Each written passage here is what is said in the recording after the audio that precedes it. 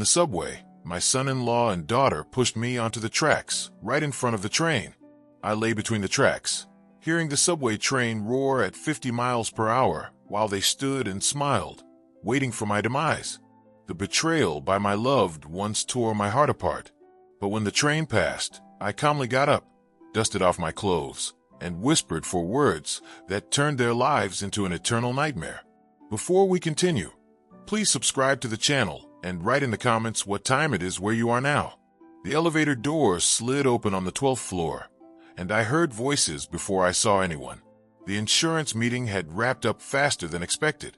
Dupree signed without the usual haggling, so I'd return to the office 90 minutes early on that Tuesday afternoon in January. My good mood dissolved the moment I recognized my son-in-law's voice drifting from the half-open conference room door. How much longer do we wait? He's 62. This could drag on another decade. I stopped mid-stride. The leather portfolio under my arm suddenly felt heavy. He built this place. You know he'll never voluntarily step aside. That was Amina, my daughter.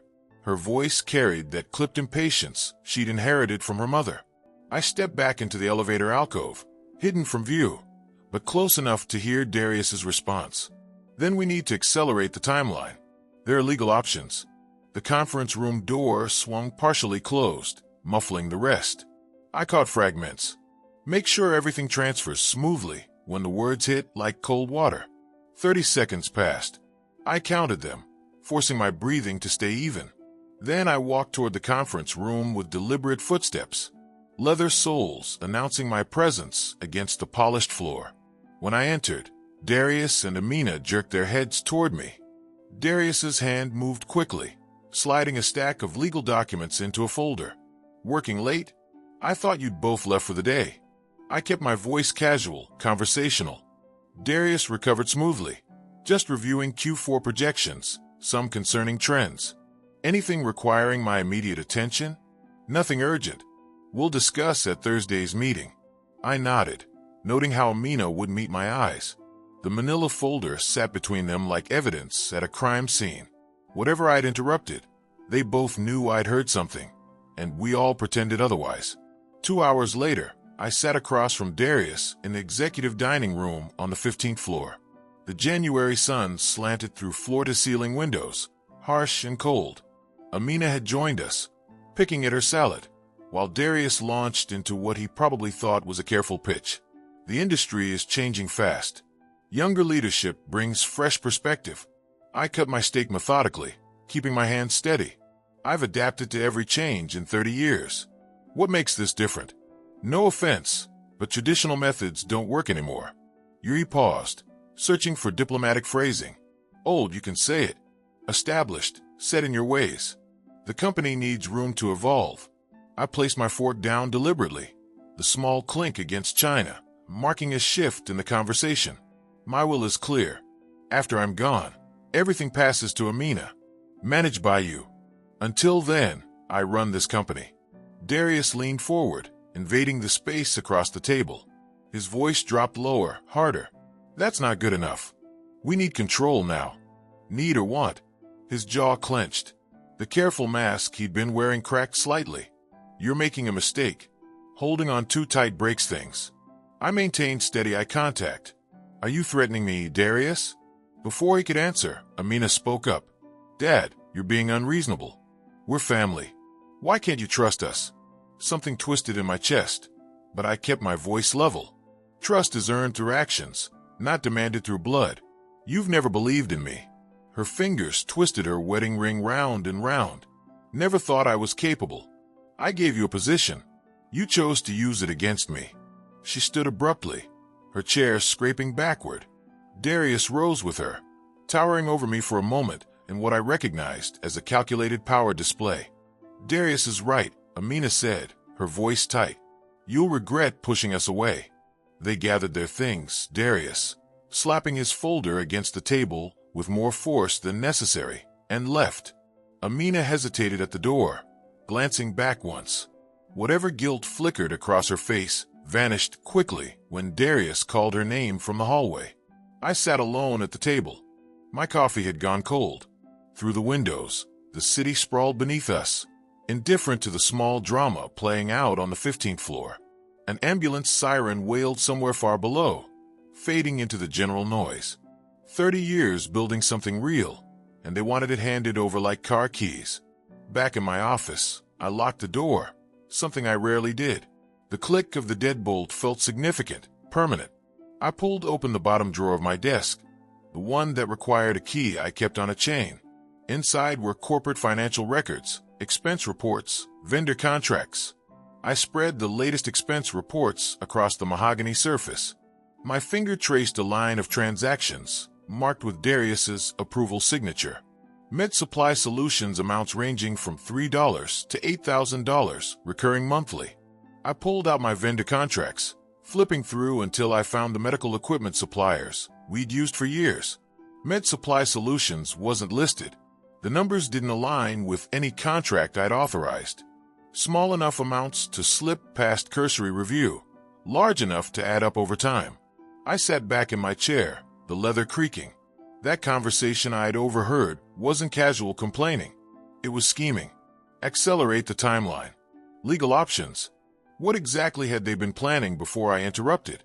I thought I knew my daughter. I thought I trained Darius well, brought him into the business, given him opportunities. I'd been wrong about both of them. My hand rested on a folder embossed with the Carter Wellness Group logo. My creation built from nothing over 3 decades. The winter light was fading now, casting long shadows across the office. I looked at the framed photographs on my wall. Ribbon-cutting ceremonies, community awards, medical conferences. Darius had waved dismissively at those photos during a meeting last month.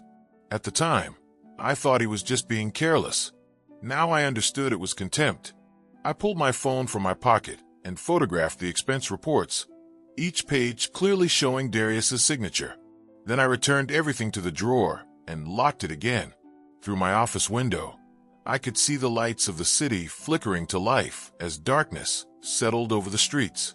Somewhere in this building, Darius and Amina were probably celebrating what they thought was my weakness, my sentimentality, my unwillingness to see what they were really doing. They wanted the company. Fine. I spoke aloud to the empty office, my voice steady and cold. You want the company. Let's see if you can handle what comes next. I opened my laptop and created a new folder. Q1 Audit Prep. Innocent enough. Inside, I began documenting everything I'd noticed. Every conversation, every irregularity. If they wanted to play this game, they'd discover I'd been playing longer than they'd been alive. 3 weeks crawled past.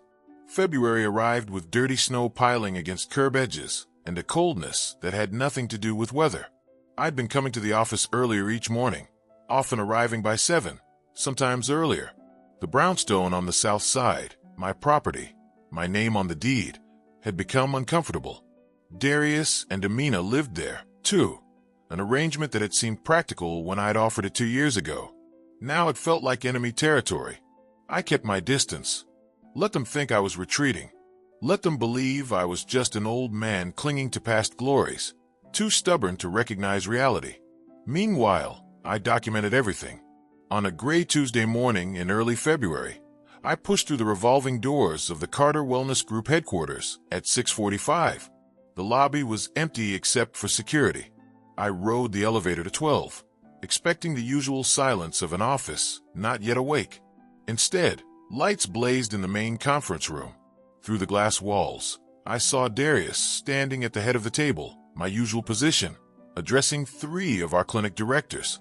Monique Davis wasn't among them, notable since she'd been my most trusted operational manager for a decade. I didn't hesitate. I walked straight into the conference room. The conversation died mid-sentence. Darius's expression flickered. Surprise, then annoyance, then that smooth, professional mask he wore. So well, morning meeting. I kept my tone neutral, almost pleasant. Initiative I'm leading, Darius said. He didn't move from the head of the table. Didn't want to bother you with details. The 3 clinic directors looked uncomfortable. Marcus Washington, who'd been with me since the beginning, stared at his notepad. Any meeting involving my clinic directors requires my approval. I let each word land clearly. We're just discussing operational improvements, nothing that affects strategy. I turned to the directors. I'll expect full notes on my desk within the hour. They nodded, avoiding Darius's glare. I left without another word, but I'd made my point. Whatever Darius had told them about upcoming organizational changes and new reporting structure, they now understood I wasn't going anywhere. That evening, I returned to the brownstone later than usual. Amina's coat hung in the hallway, but when I called out, she didn't answer. I found a note on the kitchen counter in her handwriting. Working late. Don't wait up. She was home. I'd seen her silhouette pass across the upstairs hallway window. I climbed the stairs to my private study, the room I'd used for decades, filled with medical journals and family photographs from better times. The door was open. Darius sat at my desk, paper spread across the surface, using my space without permission. That's my desk, Darius. He didn't look up immediately, making me wait. When he finally raised his eyes, there was no apology in them. Just needed space to work. Thought you'd be at the office longer. This is my home. My private office. Technically, it's the family home. He gestured vaguely at the walls. We all live here. I felt my jaw tighten. My name on the deed says otherwise. He gathered his paper slowly, deliberately taking his time. As he passed me in the doorway, he paused. You should really think about what we discussed. This doesn't have to be difficult. I didn't respond. After he left, I looked at my desk. He'd rearranged items. Small changes, but noticeable. Territorial marking like an animal claiming space. I began arriving at the office before Darius every morning after that. Started locking files in my personal safe, documents he'd previously been able to access. Changed passwords on company systems. Small defensive moves that added up to a fortress. Mid-February, I stayed late, reviewing monthly financial reports. The office was silent except for the hum of heating vents and distant traffic. I pulled up the expense tracking system, sorting by approver. There it was again, Med Supply Solutions. Another payment, this time $7,800. I cross-referenced procurement contracts, nothing. No authorized agreement, no competitive bid, no signed terms, but Darius's digital signature appeared on every approval. I photographed each screen with my phone, making sure the dates and amounts were clearly visible. Then I pulled vendor registration documents. Med Supply Solutions had been added to our approved vendor list 8 months ago. The authorization. Darius Cole, Chief Operating Officer. I leaned back in my chair, staring at the ceiling. Small amounts designed to slip past audits. Recurring charges that looked legitimate on surface review. But when you added them up over 8 months, they totaled nearly $50,000, paid to a company that didn't match any service we'd actually received. Whatever Darius was planning, he needed money, and he was stealing it from the company he wanted to inherit. 2 days later, I received a call from Harold Benton, our largest insurance partner. We'd worked together for 15 years, built a strong relationship through consistent performance and mutual respect. Malachi, good to hear your voice. I wanted to follow up on our conversation last week. I frowned. We didn't speak last week, Harold. Pause. Oh, Darius said he mentioned you'd be stepping back soon. Wanted to make sure I understood the transition plan. My hand tightened on the phone. There are no transitions planned. Darius spoke without authority. That's awkward. He seemed quite certain about the timeline. I'll address this internally. Our partnership remains unchanged. After we hung up, I sat staring at my office wall. Darius wasn't just undermining me privately anymore. He was actively telling our partners I was leaving, creating the narrative before reality had a chance to interfere. I found him in his office an hour later. He was on his cell phone laughing at something the person on the other end said. When he saw me in the doorway, his expression shifted to professional neutrality. I'll call you back, he said into the phone. Then to me. Something wrong. You told Benton I'm retiring. I'm not. He shrugged, entirely unrepentant. I said transitions eventually happen. He asked about succession planning. I answered honestly. Honestly, you implied it's imminent. You can't run this forever, Malachi. Stakeholders need assurance there's a plan. The plan is you inherit when I die. Not before. Stop creating confusion. Maybe you should consider making it sooner rather than later. His voice had that edge now, the smooth veneer cracking. For everyone's sake, I left before saying something I'd regret. The office felt different now. Other employees had started noticing the tension. Conversation stopped when I entered rooms. The atmosphere had soured, poisoned by whatever narrative Darius was spreading. That Thursday night, I came back to the brownstone later than usual. Darius was waiting in the living room, not reading, not watching television, just sitting in the armchair by the window, clearly waiting for me. "We need to talk about your role in the company." I hung my coat slowly, giving myself time to cool the anger that kept trying to rise. "I'm not interested in this conversation again. You're becoming a burden." He stood, blocking my path to the stairs. "Operations are suffering because you won't delegate." Delegate or surrender? Call it what you want. Maybe it's time to rest.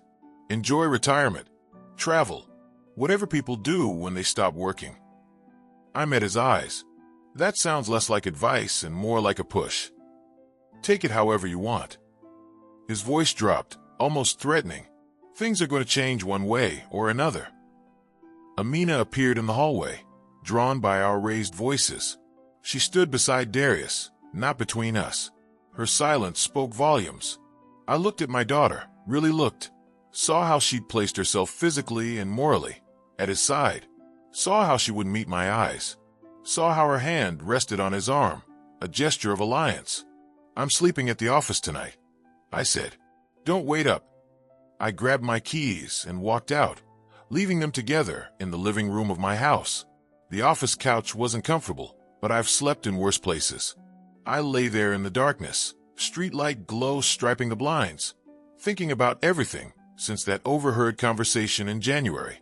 This wasn't about business disagreements anymore. Darius wasn't just impatient or ambitious. He was planning something, and those financial irregularities were part of it. My daughter, whom I'd raised and loved and given every opportunity, watched her husband threaten me and said nothing. I'd built this company for family. Now family was trying to steal it.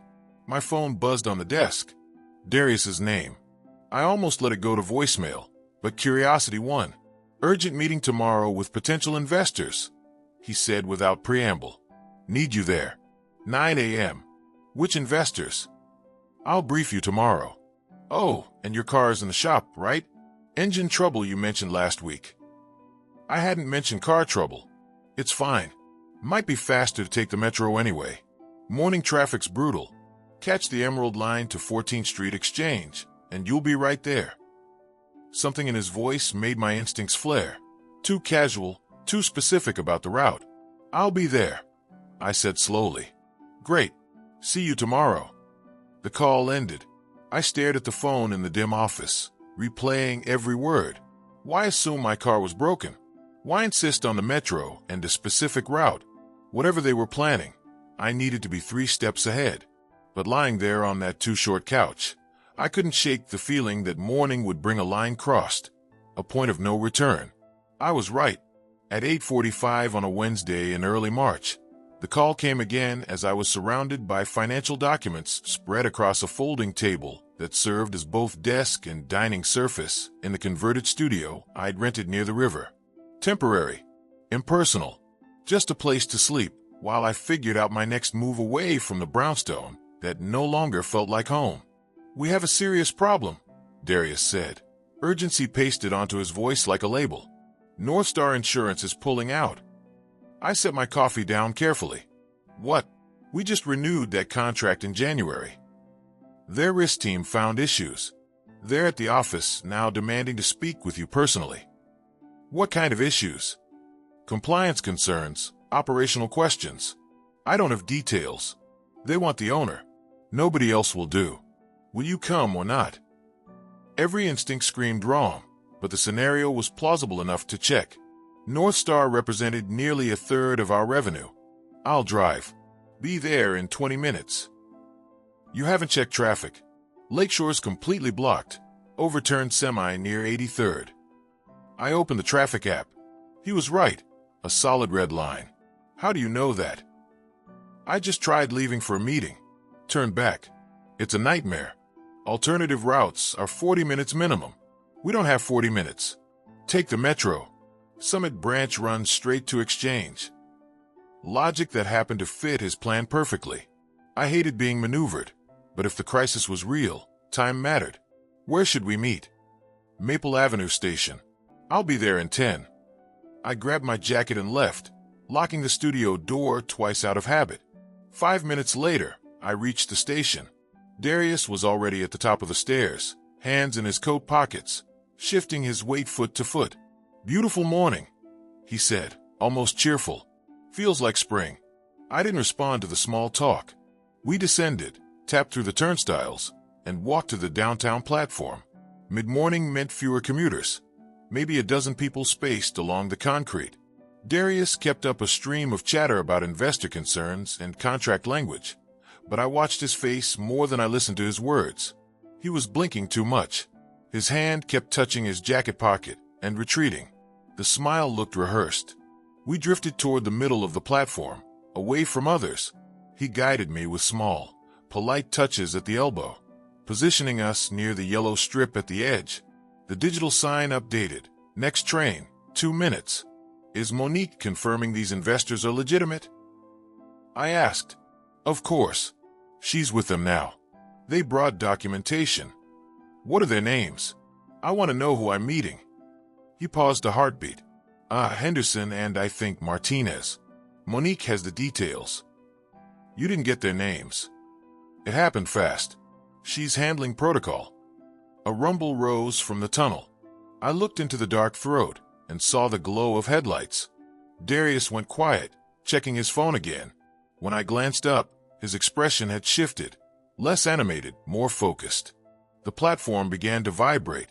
Wind pushed out ahead of the train, stirring trash along the edge. The other passengers instinctively stepped back. Darius stepped closer, placing himself slightly behind and to my right. "Where exactly are they waiting?" I asked, turning slightly toward him. "Conference room B. The large one." "We don't have a conference room B." He caught himself. "Sorry. The large conference room. You know which one." The train's lights brightened. The roar swelled. I turned fully to face him, and what I saw in his eyes froze the air in my lungs. No warmth. No concern. Only calculation, like he was solving an equation. What's really happening here? He didn't answer. His hands came out of his pockets, empty palms facing me. 15 feet. 10. Time stretched and snapped tight at the same instant. I saw everything with surgical clarity. His weight shift onto his front foot, arms extending, jaw set. Then his palms struck the center of my back.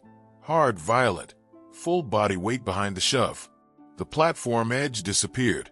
For feet of air, then gravel rushing up.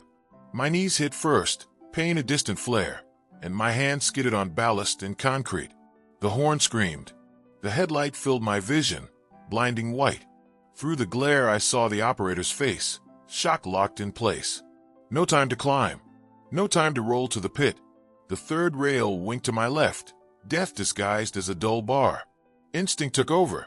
I threw myself flat between the running rails, face pressed into gravel, arms locked tight to my sides, legs straight, every muscle rigid. I took one last breath and held it. The train passed over me. Darkness slammed down. Mechanical thunder erased thought. Each car carved a rhythm across the world above my spine. Thud, thud, thud, thud. 8 times, though I didn't count so much as endure. Don't move. Don't move. Don't move. Debris pelted the back of my neck. Oil dripped onto my shoulders, hot against skin. The vibration made my teeth ache and my organs shudder. Metal screamed as the emergency brakes bit. The air filled with the scorched scent of pads and steel. Seconds dilated into lifetimes. Under all that weight and noise and heat, I thought, this is how I die. Crushed because of money. Because of greed. But I wasn't dying. The rhythm changed. The roar thinned. At last it stopped. Silence felt louder than the train. I lay still, counting heartbeats I couldn't hear. Then carefully, I tested fingers, toes, elbows, knees. Everything worked. I opened my eyes and saw light up ahead where the cars coupled. I crawled on my belly, pulling myself forward with my forearms because my legs had turned to water. The emergency ladder rose like a promise. I gripped the lowest rung. A transit worker leaned down. I waved him off and climbed on my own, rung by rung, hauling myself onto the platform. I stood there shaking, covered in black grit. My suit was ruined, torn and greasy. Blood seeped through fabric at both knees. I looked like I'd been dragged through a furnace. Darius stood frozen 20 feet away. Not relief in his face, calculation. Behind him, Amina burst through the crowd, breathless, a little too perfectly timed. "Dad! Oh no! What, Darius? What happened?" Her voice performed shock. Her eyes betrayed frustration. Passengers crowded close. "Are you okay? Someone call an ambulance." I saw him get pushed. "No," he slipped. The contradiction swirled. A transit officer approached. "Sir, what happened? Did you fall?" I kept my eyes on Darius. I was pushed. Pushed by who? Darius stepped forward quickly. He stumbled. I tried to grab him, couldn't reach. "He pushed me," I said, calm and clear. "That's insane," Darius answered, voice dipped in injured innocence. "Why would I?" He's confused, trauma. I studied them. Amina wouldn't hold my gaze. Darius held it too long, too steady, overcompensating. Officers were arriving. Witnesses argued. Someone called for paramedics. I stepped closer until I could see their pupils dilate, see the mask slip for one crucial second. They'd wanted me dead. They'd planned it. They'd timed it. I spoke softly, each word an iron bar. "I'll see you in court." Then I turned and walked toward the exit, leaving them with the officers. Darius called after me. "Malachi, wait. This is a misunderstanding." I didn't turn. I climbed the stairs into cold daylight, every step a vow. Outside, my hands were steady, my mind clearer than it had been in months. I pulled out my phone and found the name I needed. "Gerald Morrison," I said when he answered. "My son-in-law just tried to kill me. I need to see you immediately." "Come now," he replied. "I'll clear my afternoon." I hung up and started walking, grime streaking my skin, knees throbbing, coat torn, life pared down to purpose. They wanted the company. They wanted my life. They would get neither. By early afternoon, I was sitting across from Gerald Morrison in his Midtown office. My suit was ruined beyond repair, replaced with spare clothes I kept in my gym locker, wrinkled but clean. Gerald's desk was buried under printouts of police statements and witness reports. He glanced over his glasses as I sat down. "I'll be direct," he said, sliding a document toward me. "The criminal case is weak, very weak." I scanned the police report. Platform cameras had been malfunctioning during the precise window of the incident. 6 witnesses, 6 different stories. 3 saw me stumble. 2 thought they saw a push. 1 saw nothing. The cameras failed at exactly the right moment. I said quietly, "That's no coincidence." "I agree," Gerald said, leaning back. "But proving tampering? Nearly impossible. Without video, Darius's lawyer will shred this in court. He'll claim you were dizzy, that he reached for you, missed. The train nearly hit you by accident. So he walks away after trying to murder me. Criminally? Probably." Gerald's tone softened. "But there are other ways to get justice." I looked up. "What do you mean?" "You mentioned those financial irregularities. Fraud leaves trails. Paper doesn't lie like witnesses do." Understanding clicked into place. Go after him for theft instead of attempted murder. "Exactly," Gerald said. "Fraud, embezzlement, breach of fiduciary duty. Easier to prove, harder to defend, and it destroys him financially, not just legally." He pulled out a yellow legal pad. "I'll need documentation, every record, transaction, and vendor approval. You're the owner. You have access to everything. But you need him relaxed. Let him believe you've forgiven him. Make him comfortable." The idea made my stomach twist, but I nodded. "How long will this take?" "Weeks. Maybe a month," Gerald replied. "We'll bring in forensic accountants, build an airtight case. You can live under the same roof with him." I thought of lying flat between subway rails, the scream of steel overhead, the look in Darius's eyes when I climbed out alive. "Yes," I said finally. "I can do it." That evening, I returned to the brownstone. My hand shook as I fit the key into the lock, but my face stayed calm. Darius and Amina were in the living room, the television playing muted news. They looked startled when I walked in. "You're back," Darius said cautiously. I set my briefcase down, sat in my old armchair. "I've had time to think," I said evenly. "About what happened. About us." Amina leaned forward, eyes hopeful. "Dad, life's too short for family conflict," I continued. Maybe I did stumble. The stress lately, the lack of sleep." I forced a weary smile. "My lawyer advised against pressing charges. The outcome's uncertain. Either way, it would tear the family apart." Darius studied me, suspicion flickering. "So you're saying what exactly?" "I'm saying we move forward," I said, letting each word drop softly but with weight. "Put this behind us. I don't want to lose my daughter over an accident." Amina's eyes welled up. She crossed the room and hugged me. I led her briefly before stepping back. Darius watched me, calculating. "Just like that, you forgive everything." "I didn't say forgive," I replied. "I said move forward." That seemed to satisfy him, for now. Over the next 2 weeks, I worked late into the night from my home office. At 2 in the morning, the house was silent except for the soft hum of my computer. I sifted through 5 years of company records, scrolling through expense reports and vendor payments. There it was again, Med Supply Solutions. Monthly transfers, 3, 5, 8,000, steady as a pulse. I opened a vendor contract folder. Nothing. No agreement existed with any company by that name. Curious, I checked the state business registry. Med Supply Solutions LLC. Formed in Delaware, 2021. The address? A UPS store in Newark. I traced the wire transfers through our bank's portal. The receiving account was in the Cayman Islands. The holder's name contained Darius's mother's maiden name, Harrington. Amateur mistake. A floorboard creaked outside my office. I minimized the windows quickly. Darius appeared in the doorway, hair messy, wearing a robe. "Working late?" he asked. "Couldn't sleep." I gestured to the screen. "Just reviewing quarterly projections." "Now, you never cared about details before." "Nearly dying changes a man," I said. "Makes him want things in order." He stepped closer, scanning the desk. "You're looking for something." "Should I be?" He hesitated, then forced a small laugh. "Of course not. Just odd timing, that's all." "Go back to bed, Darius. This doesn't concern you." He lingered another second before turning away, muttering, "Everything in this company concerns me." I waited until his footsteps faded down the hall, then reopened the files. I spent the rest of the night documenting every trace, screenshots, photos, PDFs. I saved them to an encrypted drive labeled Estate Planning Docs.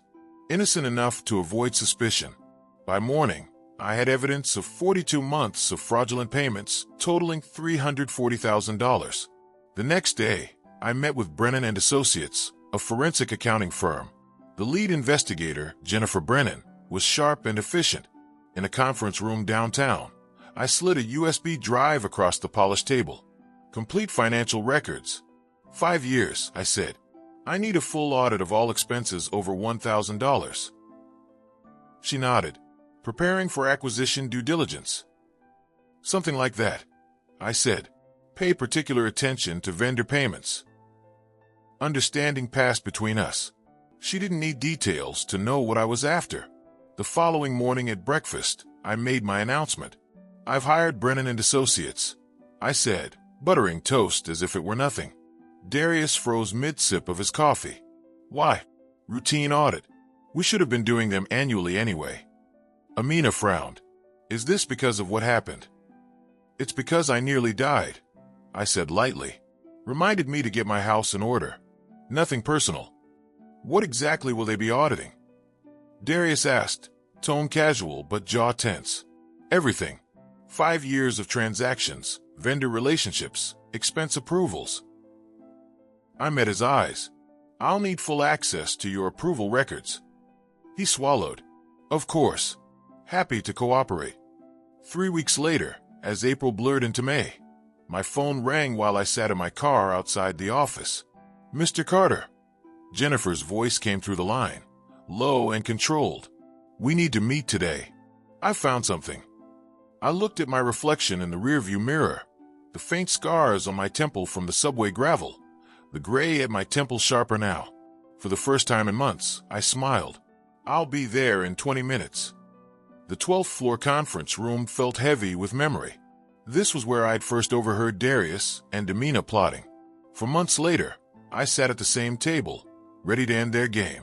It was Tuesday morning, early May. Sunlight poured through the tall windows, warm against the polished table. Jennifer Brennan sat beside me. Across from us were Darius, Amina, and two senior department heads, Sandra Davis and Robert Park. They thought this was a quarterly review. I handed out bound documents. The title page read, Confidential Restructuring Proposal. Darius frowned. What's this? I've made decisions about the company's future, I said evenly. Please let me finish before you speak. He started to interrupt. I raised a hand. He stopped. Effective immediately, I continued. I formed a new entity, Carter Medical Solutions LLC. For clinics will transfer to this new company. Westside, Midtown, Riverpoint, and South Hill. Those represent roughly 65% of our total revenue. Major insurance contracts, including Northstar and Blue Cross, will move under the new banner. Sandra will serve as Chief Operating Officer. Sandra nodded once. The remaining clinics and vendor relationships will stay with Carter Wellness Group. Darius, Amina, you'll retain your current titles there. For a moment, silence held the room like a glass dome. Then Darius shot to his feet, knocking his chair backward. You can't do this. This is sabotage. It's completely legal, I said, handing a second folder to Robert. Ownership opinion attached. As sole proprietor, I have full authority to restructure. I'll sue, he snarled. You're asset stripping. I'll get an injunction. The board is advisory, Robert replied calmly. No voting power. Amina's eyes filled with tears. Daddy, please. Don't do this to us. We're family. I met her gaze, voice steady. Family tried to kill me. Remember? That was an accident. You said you forgave us.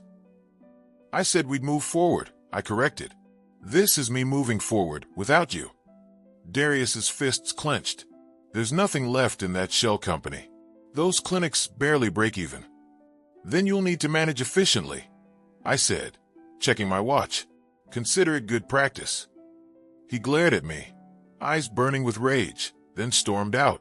Amina followed, sobbing. The door slammed so hard the glass rattled. Jennifer exhaled. That was bold. That was math, I said. Numbers don't lie. People do.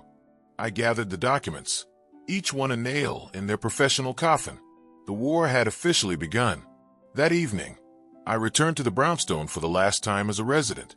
The house was silent when I entered, but I could feel tension lingering in the walls, like static before a storm. I moved through each room slowly, methodically, packing only what belonged solely to me. Clothes from my closet, leaving Amina's untouched. Important documents from the safe. Family photos of Amina as a child, but none with Darius in them. Their wedding picture stayed on the wall, a relic of a life I no longer recognized. When I reached the master bedroom, Darius was standing in the doorway, his face hard but pale. You're kicking us out? Your own daughter. My house, I said calmly, folding his shirt into my suitcase. My decision. He stepped forward. You can't just throw us out. We've lived here 2 years. 30 days is legally required notice, I said, handing him an envelope. This is it. He tore it open, scanned the eviction notice, and looked up, eyes blazing. Where are we supposed to go? Not my concern, I said, closing the suitcase. Find an apartment. Use your salary from Carter Wellness Group. What salary? He snapped. Without those contracts, there's no revenue, no payroll. I paused at the doorway, looking at him without pity. Then you'll have to cut expenses. Start with your ego. Amina appeared behind him, red-eyed, her voice trembling. I can't believe you're doing this. I can't believe, I replied evenly. You stood on that platform and smiled while I almost died. She froze. Words caught somewhere between guilt and denial. Darius's jaw tightened. I brushed past them, carrying the suitcase downstairs. They followed me to the front hall. "You're making a mistake," Darius said. "You'll regret this." "I already did," I said, "the night I invited you into my home." Outside, the air felt colder, cleaner. I loaded the trunk of my car, placed the suitcase inside, and paused just long enough to drop my house keys onto the kitchen counter through the open window. A symbolic goodbye. Then I drove away without looking back. The apartment in Murray Hill was modest, a third-floor walk-up, sparsely furnished, quiet. It smelled faintly of fresh paint and old wood. No garden, no polished floors, but peace. I carried boxes up alone, set them neatly against the wall, opened the blinds. From here, I could see the city honestly. No illusions, no family portraits, no pretense of harmony. That first night, I ate takeout at a folding table and ignored the string of missed calls from Amina. I didn't respond to her texts either. The silence of the apartment echoed, but it wasn't loneliness, it was clarity. 10 days passed. The new company, Carter Medical Solutions, ran like a machine. Sandra Davis handled operations with quiet precision, while I focused on strategic planning. Revenue stabilized, then began to climb. The old company, what Darius still controlled, struggled. Vendors hesitated to renew contracts, insurers were wary, and employees started to resign. Word traveled fast. By the third week, Darius was calling me daily, his tone oscillating between pleading and fury. I ignored every call. One morning, my assistant knocked on my office door. "Mr. Carter, there's someone here to see you," she said. "Process server." The man entered, expression neutral, and handed me a thick envelope. "Legal documents. You've been served." I thanked him, closed the door, and opened the packet. The lawsuit was exactly what I expected. Darius and Amina Carter versus Malachi Carter. They were challenging the restructuring, claiming I had breached fiduciary duty, engaged in elder abuse, and violated an implied promise of inheritance. 15 pages of desperation dressed up as legal language. I read it standing by the window, the city glittering beyond the glass. When I finished, I called Sandra. "They filed," I said simply. "What do we do?" she asked. I allowed myself a small smile. "We counterattack. Call Morrison." That afternoon, I sat across from Gerald again. The lawsuit lay open between us. He'd already read every line. "They're trying to argue you're mentally incompetent," he said, tapping one paragraph with a pen. "Claiming erratic behavior after the subway incident. They're requesting a psychological evaluation." "On what basis?" I asked. "Their own narrative," Gerald said, "that you're acting out of vengeance, not sound judgment. It's a weak argument, but a judge might allow the evaluation just to be thorough." "Fine," I said. "I'll take their tests. I'll pass everyone." Gerald nodded approvingly. "Good, but you should prepare for financial warfare. They'll file motion after motion to drain resources and delay proceedings. Their goal is to bleed you dry." "They're welcome to try," I said. "They've underestimated my patience." "Still," he added, "each hearing costs money. Figure 8 to 15,000 per appearance. They're hoping you'll settle." I shook my head. "No settlement. Not this time." A week later, we appeared in court for the first time. I sat at one table, Darius and Amina at another, 20 feet away. We didn't exchange a single word. The judge, a stern woman named Whitmore, presided over the hearing. Darius's attorney argued passionately that I was dismantling company value through vindictive restructuring. Morrison countered smoothly. "As sole owner, Mr. Carter is within his rights to reorganize assets. There are no shareholders to harm." The judge flipped through the documents, expression unreadable. After 20 minutes, she set them down and spoke crisply. "Motion for injunction denied. The plaintiffs have not demonstrated a likelihood of success on the merits. Next hearing, July 8th. I kept my face still, but inside, a quiet satisfaction bloomed. The first victory, small but solid.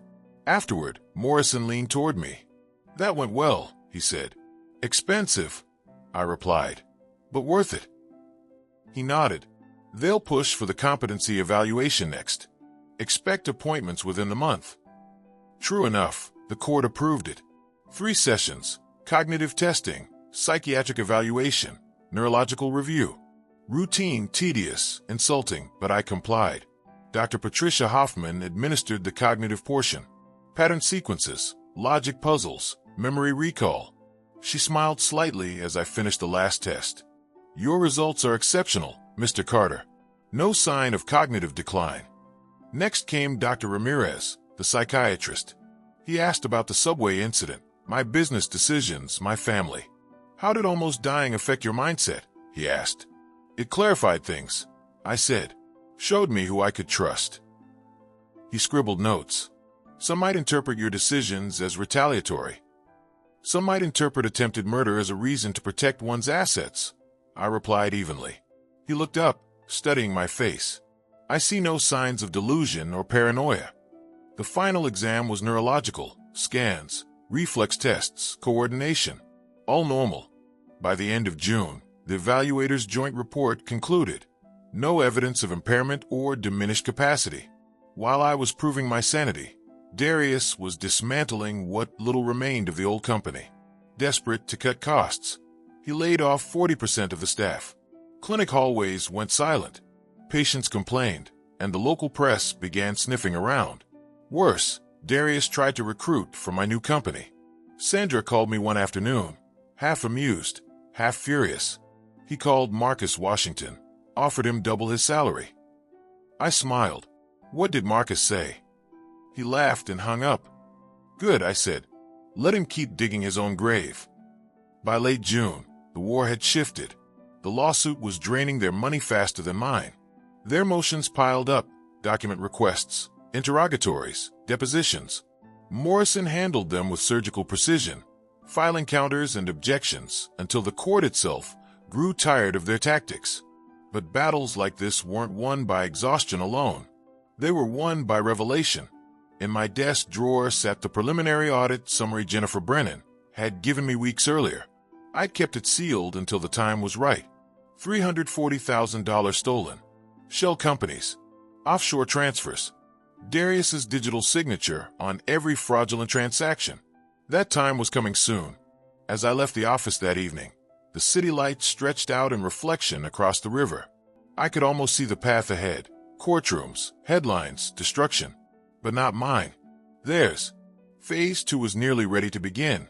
July came heavy with heat and tension. The city shimmered under a film of humidity, and the courthouse air conditioning struggled to keep up. I'd grown used to the rhythm of litigation by then. Early mornings, long meetings with Morrison, nights spent reviewing documents until my vision blurred. Each day felt like tightening a noose, one motion at a time. The competency report had cleared me entirely. Judge Whitmore read the findings aloud at the next hearing, her tone clipped and final. No evidence of cognitive decline or impaired judgment. The court recognizes Mr. Carter's full legal capacity. Darius's attorney tried to object, but Whitmore waved him down. You've wasted enough of this court's time, she said. Outside the courtroom, reporters waited. News of the subway executive had spread since someone, almost certainly Darius, had leaked the incident to the press. The headlines painted me as a tragic figure. Business titan survives alleged family betrayal. Darius had counted on public pity, fading quickly. He hadn't expected me to use it. I stopped just long enough to give a short statement. Justice takes time, I said calmly into a cluster of microphones. But the truth doesn't expire. That quote ran in the Herald the next morning, right above a photo of Darius and Amina leaving court, both scowling. By the second week of July, Jennifer Brennan's full forensic audit was complete. The binder she handed me was 3 inches thick, each page a blade honed by math and precision. She summarized in one line. We've confirmed sustained embezzlement totaling $612,480.74 for separate shell companies, all linked to your son-in-law. I flipped to the section labeled beneficiary accounts. Each listing contained routing numbers, bank names, and dates. The transfers had grown bolder over time, starting with small amounts, escalating after I began stepping back from daily operations. One page bore a notation that froze me. Authorization, A. Carter. My daughter's signature. Jennifer saw my reaction. We can't prove she understood what she was signing, she said quietly. The documents were likely placed in routine approval stacks. Still, her name's there. I closed the binder, feeling something fractured deep inside. Thank you, Ms. Brennan. That's all I need. That night, I sat in the apartment with the audit laid out before me, city lights flickering against the glass. Amina's signature repeated across pages like a ghost of trust. I'd hoped, deep down, that she was innocent, that she'd been manipulated, coerced, blinded by loyalty. Seeing her initials beside Darius's crushed that final illusion. The next morning, I met Morrison at his office. He read the report twice, then leaned back in his chair. It's over, he said. This is checkmate. Not yet, I replied. Not until the court sees it. We could file criminal charges today, he said. Fraud, wire transfer violations, corporate theft. He'd face prison time. Not yet, I said again. Morrison studied me for a moment. You want him to see it first? Yes.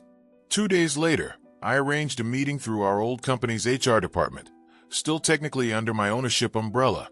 I made it sound administrative, something about settlement discussions and company structure. Darius agreed to meet at 10 a.m. on a Friday at a downtown conference center. When he arrived, he was wearing his favorite gray suit, the same one from his wedding day. Amina was with him, looking drawn, her eyes ringed by sleeplessness.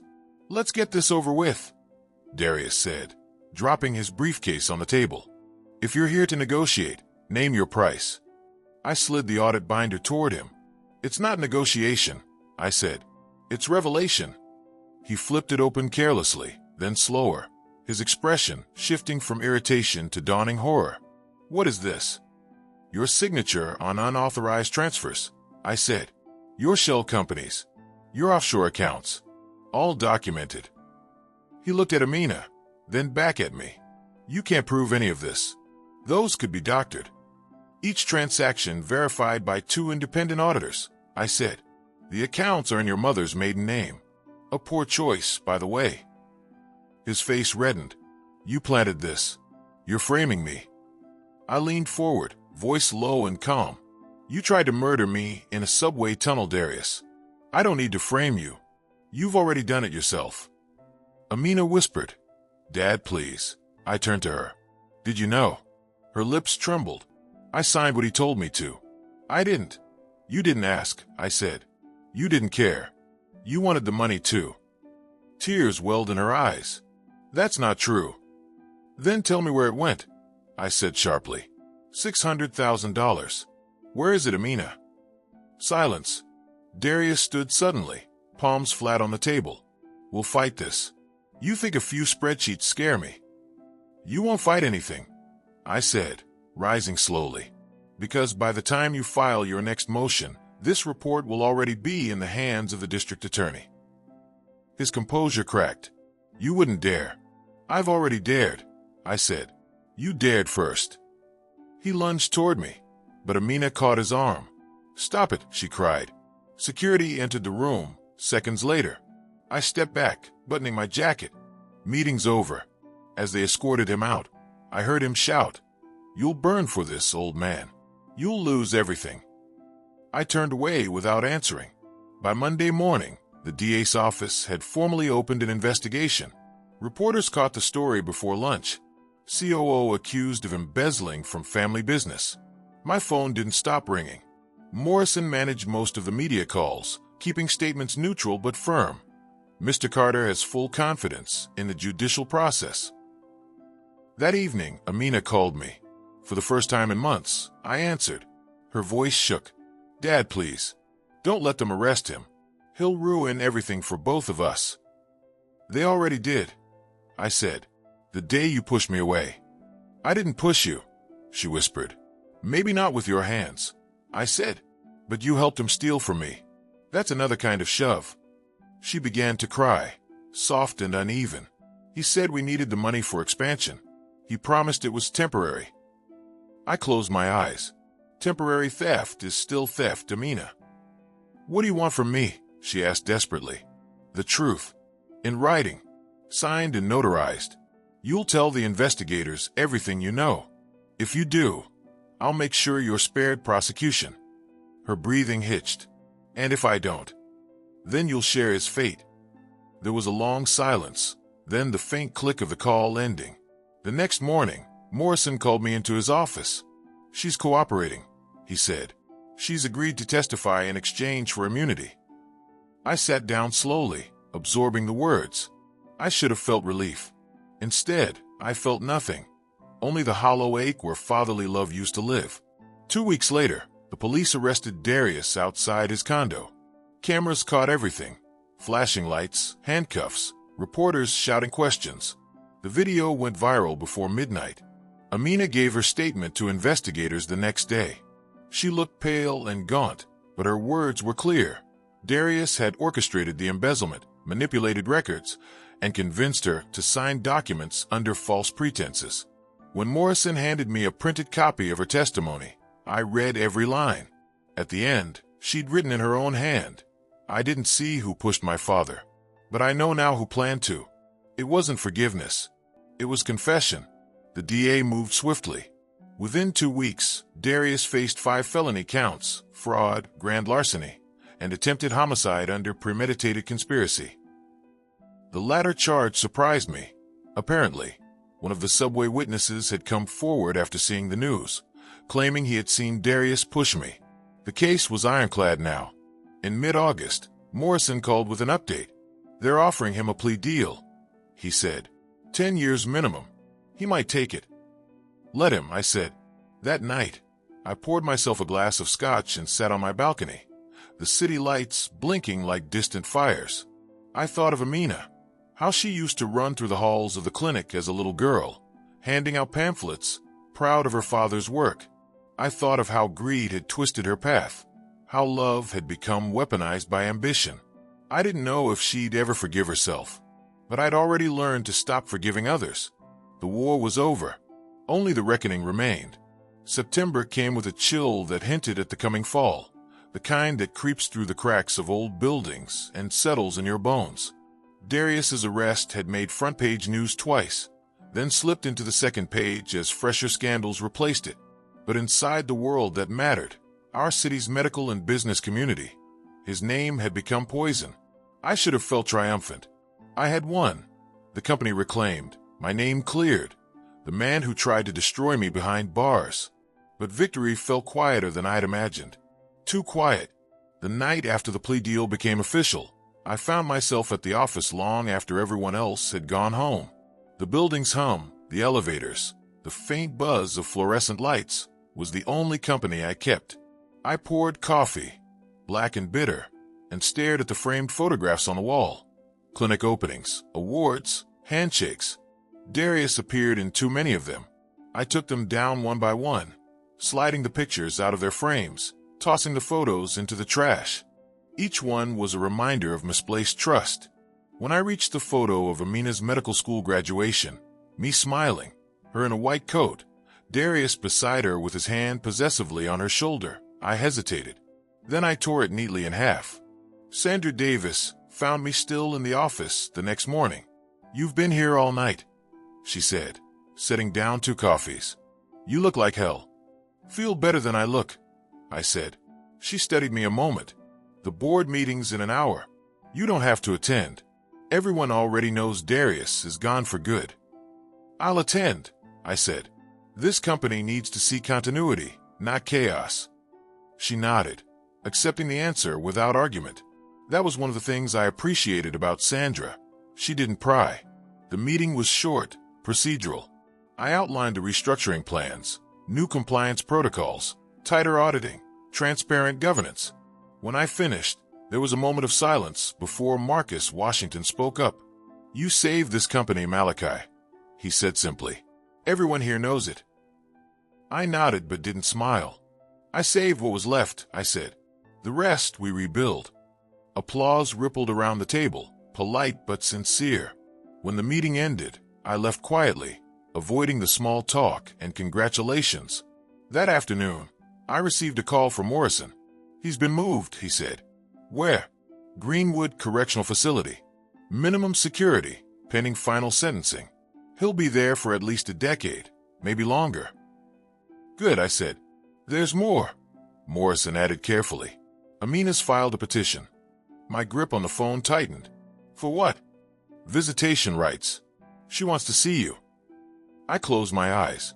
After all this? She's cooperating fully with the prosecution. They're recommending leniency for her, probation and community service. Generous, I muttered. She's been asking about you. Morrison continued. Seems she's lost. Wants to make amends. I was silent for a long moment. Finally, I said a meeting, but on my terms. Neutral ground. We met 2 days later at a small cafe near the river, one I used to take her to when she was little. I arrived first, ordered tea, and sat by the window. When she entered, she looked smaller somehow, thin, pale, fragile. The confident woman who'd once stood beside Darius in the boardroom was gone. She approached cautiously. Dad. I nodded but didn't rise. Sit. She did. For a moment, neither of us spoke. The silence between us felt like an open wound. Finally, she said, He's pleading guilty. I know. I didn't think it would end like this, she whispered. I thought we could fix it. You thought you could control it, I corrected. That's what he taught you. To control, to manipulate, to win at any cost. Tears welled in her eyes. I was blind. I kept believing he'd change. People like Darius don't change, I said quietly. They adapt until they get what they want, and when they don't, they destroy. She nodded, staring down at her hands. He told me if I didn't help him, he'd leave me. Said we'd lose everything. You should have let him go, I said. You would have saved yourself and me a lot of pain. Her voice broke. I know. I'm sorry, Dad. I really am. For the first time, I looked at her fully. She wasn't lying now. The guilt in her face was real, raw, unpolished. But forgiveness is a luxury that belongs to the innocent, and I wasn't sure I had any left to give. I believe you're sorry, I said finally. But that doesn't undo what you did. I don't expect it to, she said softly. I just needed you to hear from me, not from lawyers, or reports, or the news. The waitress came by, refilling my tea. Amina's hands trembled as she lifted her cup. After a long pause, she said, He wants to see you. I let out a low, humorless laugh. Your husband's a brave man. He's not my husband anymore, she said quickly. I filed for divorce last week. I studied her. Why tell me that? Because I need you to know I'm done with him. And because, she hesitated. He says he has something to give you. Something you'll want to hear. What could he possibly have that I want? I don't know, she said. But he told his lawyer it's about the night in the subway. I went still. What did he say? He didn't tell me. Just said it was bigger than you think. That someone else helped him plan it. I leaned back slowly, heart tightening. Someone else. She nodded. He said you'd understand once you heard it from him. I stared out the window, the river glittering dully in the afternoon light.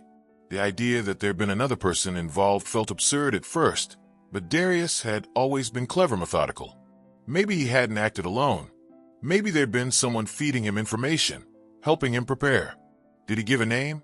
I asked finally. No, she said. Only that he'd tell you himself. But only if you visit. I considered it for a long time. Then I said, Tell his lawyer I'll come. The following week, I entered Greenwood Correctional Facility under the guise of a routine visit. The guards processed me briskly, metal detectors, pat down, ID checks. The sterile smell of disinfectant filled the air. They led me to a small interview room, divided by a sheet of thick glass. Darius was already seated on the other side, wearing a beige jumpsuit. He looked older, paler, thinner, but the eyes were the same, calculating, still trying to find angles. He picked up the phone first. Didn't think you'd come. I sat down, lifted my end of the receiver. You said you had something to tell me. He smiled faintly. Straight to business. I always admired that about you. Get to the point, Darius. He leaned forward slightly. You think you know everything that happened. You don't. I wasn't the only one who wanted you gone. Who then? He studied me. eyes glinting with cruel amusement. Ask yourself who stood to gain the most besides me. Enough riddles. Someone inside your circle. Someone who helped me access company systems, your schedules, your habits. The train route wasn't my idea, Malachi. I don't even take the subway. I gripped the receiver tighter. Who was it? He smiled wider. You'll find out soon enough. Before I could respond, a guard tapped his shoulder. Time's up. Darius leaned back, still smirking. It's not over, old man. You started a fire you can't control. I hung up the phone slowly, watching him as he was led away. Outside, the sky had turned gray, rain threatening. Morrison called later that evening. How did it go? He said someone helped him. I replied. Who? He wouldn't say. Could be a bluff, Morrison said. He's desperate for leverage. Maybe, I said. Or maybe he's telling the truth. That night, I opened the old company files again, the ones I thought I'd already dissected completely. Employee logs, access histories, security badges. If someone had helped him, there would be a trace. At 2 a.m., buried deep in an access record from the night before my supposed accident, I found it. An electronic entry from the executive floor. The access key wasn't Darius's. It was Monique Davis, my most trusted manager, my ally for 15 years. The air seemed to drain from the room. Maybe Darius hadn't been lying after all. For a long moment, I simply stared at the screen. The timestamp glared back at me in unblinking digital clarity. January 14th, 9:52 p.m., the night before the subway incident. Monique Davis's keycard had accessed the executive suite, then the financial archives.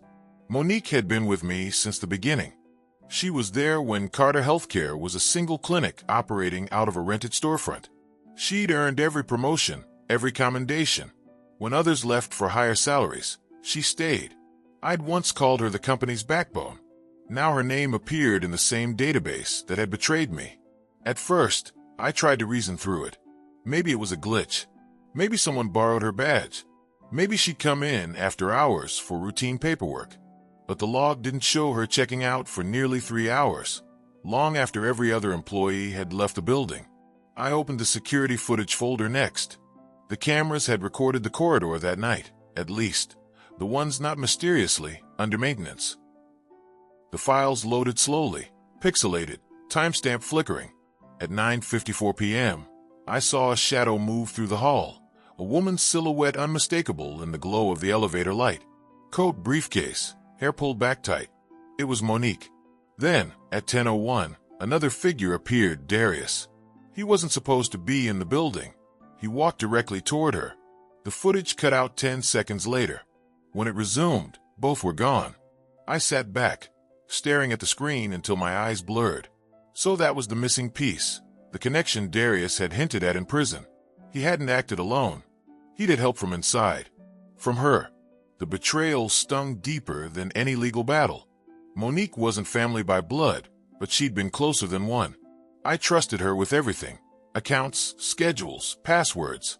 If she'd given Darius access, she'd given him the tools to destroy me. At 3 a.m., I called Morrison. He answered on the second ring, groggy but alert. Something wrong. I found something, I said. Can it wait until morning? No, 30 minutes later. I was in his office downtown, the audit drive plugged into his desktop, the access logs displayed across 2 monitors. Morrison scrolled through the data, his frown deepening. "You're sure this is legitimate?" he asked. "It's pulled from the internal security server. Same source as our previous audit data. No manipulation." He nodded slowly. "Then this changes everything." "How so?" "Accessory liability," he said, rubbing his chin. "If Monique aided Darius before, during, or after the embezzlement, she's complicit in the fraud.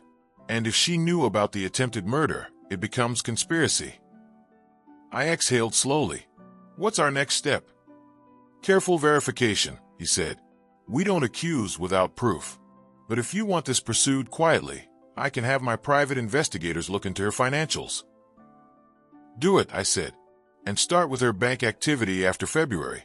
Anything unusual, transfers, new accounts, property purchases." "Understood." He paused, studying me. "You look tired." I'm beyond tired, I said, but I'm not done. By sunrise, I was back in my apartment, unable to rest. The city below me pulsed with life, indifferent to the chaos unfolding in my world. I thought about Monique's loyalty over the years, the way she defended me in meetings, shielded me from boardroom politics. It didn't make sense until I remembered the small things. The time she'd spoken favorably of Darius's fresh ideas. The day she'd pushed for giving him higher access clearance. The subtle encouragement she'd given Amina to trust her husband's ambition. In hindsight, the pattern was clear. Monique had been planting seeds for years. 2 days later, Morrison's investigator, a former IRS agent named Jonathan Mills, delivered his findings. She's clean on paper, he began. No sudden assets, no real estate acquisitions, no offshore links. But there's one irregularity, $48,000 transferred last March to a corporate account in her name, registered as Harrison Consulting LLC. Consulting for what? I asked. That's the problem, Mills said. It doesn't do anything. No website, no clients. The only transaction recorded is a single incoming payment from Med Supply Solutions, Darius's fake vendor. The room went still. She was part of it, Morrison said quietly. She is part of it, I corrected. He used her to funnel the money. Mills slid a document across the table. Her signature matches on the wire authorization. She was careful, but not careful enough. I stared at the evidence, her name, her handwriting. Betrayal made real. We can add her to the criminal case. Yes, Morrison said, but we should handle this strategically. If she senses we're onto her, she might run or destroy evidence. Better to have the authorities approach her first, quietly. I nodded. Make it happen. That evening, I sat alone again, the city humming beyond the windows. A storm rolled in, lightning flashing over the skyline. I thought about how trust corrodes, not suddenly, but molecule by molecule, until the whole structure collapses. A knock on the door pulled me from my thoughts. It was Sandra. Sorry for the late visit, she said, holding 2 paper cups of coffee. You weren't answering calls. I gestured for her to come in. Long week. She handed me a cup. Morrison called me. He told me about Monique. I looked at her. Word travels fast. You're not the only one she fooled, Sandra said softly. She mentored half of us. We all thought she was the reason this place ran so smoothly. She was, I said bitterly, until she turned it against me. Sandra sat across from me. So what now? More investigations? More trials? I stared into my coffee. Justice doesn't stop just because I'm tired. But it can consume you if you let it, she said gently. I met her eyes. Maybe that's the point. The next morning, federal agents approached Monique at her home in Newark. She didn't resist. According to Morrison, she denied everything at first, claimed she'd been framed. But when shown the Med Supply wire transfer and her recorded emails with Darius, the facade crumbled. She confessed to creating the fake consulting firm, claimed she thought it was just a side payment for helping Darius streamline contracts. But investigators found encrypted messages between them discussing vendor account routing, clear evidence of collusion. Her arrest made headlines by evening. Second executive tied to Carter healthcare fraud scandal. I watched the news report in silence, the reporter's voice distant. The camera showed her being led from her townhouse, eyes hidden behind sunglasses, lips tight. I'd seen that expression before, defiance masking fear. When Morrison called later, I asked the only question that mattered. Did she mention me? He hesitated. She said you were never supposed to get hurt, that the subway wasn't part of her plan. But Darius promised her it would look like an accident. I felt something cold settle in my chest. So she knew. Yes, he said quietly. She knew. After the call, I stood at my window for a long time, rain streaking the glass. The city below shimmered under the storm. Somewhere out there, Monique was sitting in a cell, the same as Darius. Amina was serving probation, working off her guilt. And me, I was free. But freedom didn't feel like peace. A week later, the U.S. Attorney's Office formally charged Monique with wire fraud, conspiracy, and obstruction of justice. Darius's plea deal was amended to include acknowledgement of her participation. They would both serve time, him longer, her shorter. When the court filings became public, a journalist reached out to me for comment. I gave a single sentence. Loyalty is not proven by years served, but by truth revealed. The story went viral again, this time with my face under the headline. Malachi Carter, the man who outlasted betrayal. The article praised my resilience, my precision, my moral fortitude. But I didn't feel heroic. Heroes fight for others. I'd fought for survival. In late October, I attended one final hearing, the sentencing for Monique Davis. She stood pale before the judge, trembling. When asked if she had anything to say, she turned her head slightly toward me. I betrayed a man who trusted me more than anyone, she said, voice quivering. And I can't undo that. I just want him to know I never wanted him dead. The judge sentenced her to 7 years. When it was over, she met my eyes briefly. I gave a single nod, acknowledgement, not forgiveness.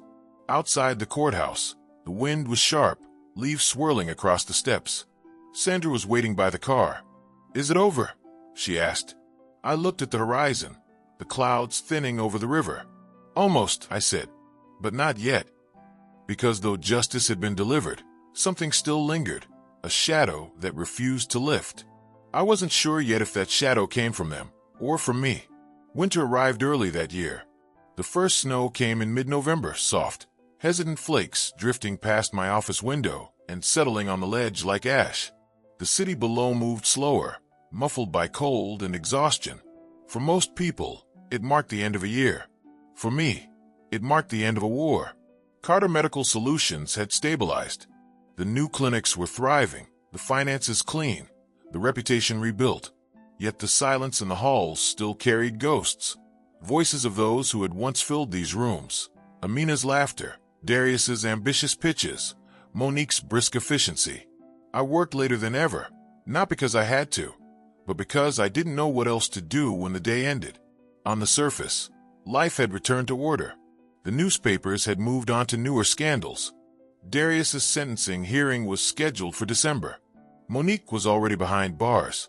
Amina had started volunteering at a community clinic as part of her probation, sending the occasional text, updates, fragments, apologies. I never responded, though I read every one. One night, just before Thanksgiving, Sandra stopped by my office with 2 cups of coffee and a folder under her arm.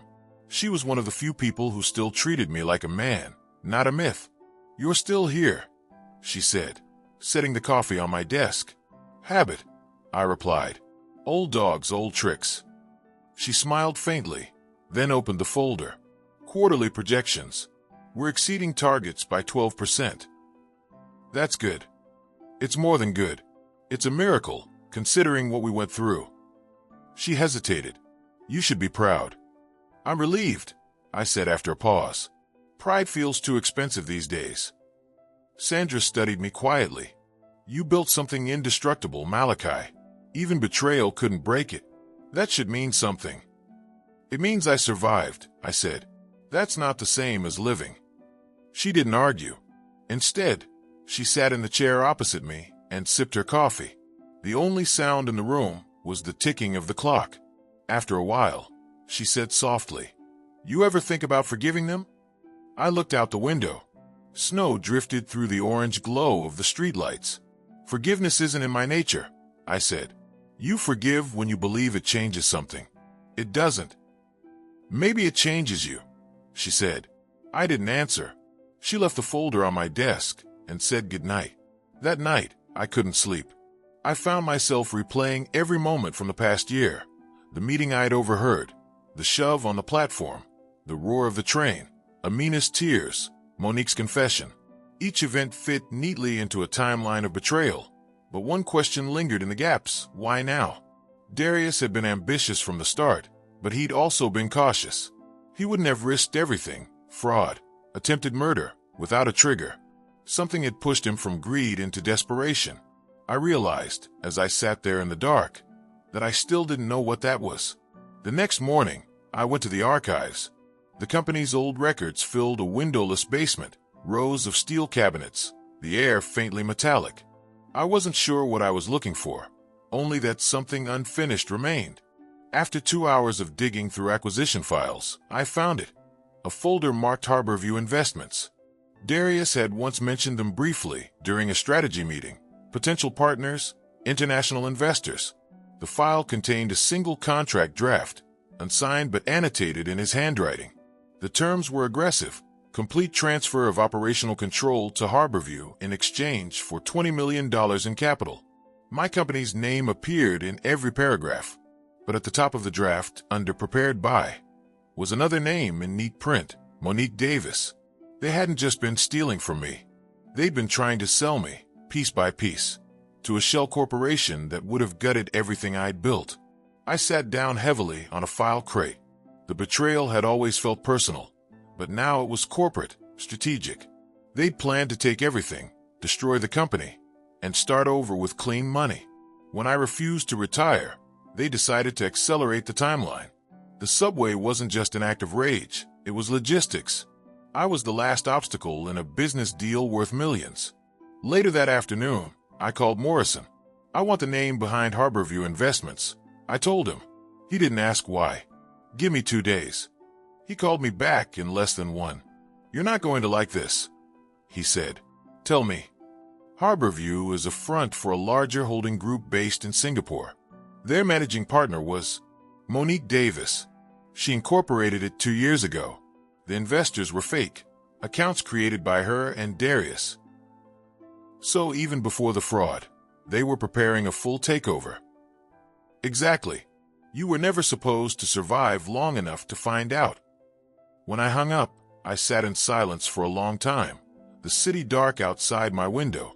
My enemies were all gone now. Darius in prison, Monique sentenced, Amina trying to rebuild, but the truth they'd left behind still cut deeper than I expected. They hadn't just wanted my money. They'd wanted my name. In December, I attended Darius's sentencing. The courtroom was packed. Reporters, former employees, curious strangers. He entered in cuffs, thinner than I remembered, his arrogance replaced by a hollow stillness. Amina was there too, seated several rows behind me, her hands clasped in her lap. When the judge asked if he had anything to say, Darius looked directly at me. You win, he said quietly, but you'll die alone. I didn't respond. The judge read the sentence, 14 years. He didn't flinch. He just smiled, a small, bitter curve of the mouth that said he still believed he'd gotten the last word. Outside the courthouse, snow was falling again. Amina approached me hesitantly. I didn't know you'd come, she said. I had to, I said. I needed to see it end. She looked at me for a long moment. What happens now? Now, I said. I live. You should too. I don't know how, she whispered. You start small, I said. One day, one honest act at a time. Tears glimmered in her eyes. Do you hate me? I looked at her, my daughter, the last remnant of everything that had gone wrong and everything that still might go right. No, I said finally. I don't hate you, but I can't love you the way I used to. She nodded, as if she'd expected that answer all along. We parted without another word. She disappeared into the swirl of snow, a ghost fading into the crowd. That night, I went home to the apartment that had become my fortress. I poured a single glass of whiskey, turned off the lights, and sat by the window watching the snow erase the city's edges. For the first time in nearly a year, there was no plan, no strategy, no revenge left to execute. Just quiet. The phone rang once, an unknown number. I almost ignored it, but something in me hesitated. I answered. A man's voice spoke, calm and unfamiliar. Mr. Carter, this is Agent Rowe from the Department of Justice. We've been reviewing the Carter case files. There's one last matter that may interest you. My pulse quickened. What matter? We traced residual funds from the Med Supply account. Before it was frozen, a transfer was made, small but deliberate. $40,000, sent to an unknown account registered overseas. The name attached was yours. I froze. That's impossible. That's what we thought. The account was created 6 months ago, using your identification. Whoever did it had access to your old personal data, social security, signature samples, even voice authentication. Voice, I repeated. Yes, sir. The transfer authorization was conducted over a recorded call. It wasn't Darius or Davis. The voice print analysis came back this morning. Who was it? A pause. Sandra Davis. For a second, I couldn't breathe. The agent continued. We believe she may have used the chaos of the investigation to divert remaining funds. We're opening an inquiry, but we wanted you to be aware. When the call ended, I sat there in stunned silence. The snow outside blurred into a white haze. Sandra, my last remaining ally, the one who'd stood beside me through everything. Had it all been another performance? Another mask? I poured the rest of the whiskey down the sink and stood at the window until dawn, watching the storm fade into gray daylight. Justice had a way of circling back, I realized. Sometimes it didn't end. It just found new beginnings in darker corners. I had spent a year unearthing betrayals, one after another, believing that once I reached the bottom, I'd find peace. But there was no bottom. There never is. Because betrayal doesn't start with greed. It starts with trust. And I, Malachi Carter, had always trusted too well. I turned from the window, the city waking beneath the first light of morning, and whispered to the empty room the same 4 words I'd spoken the day I survived the train. It's not over yet.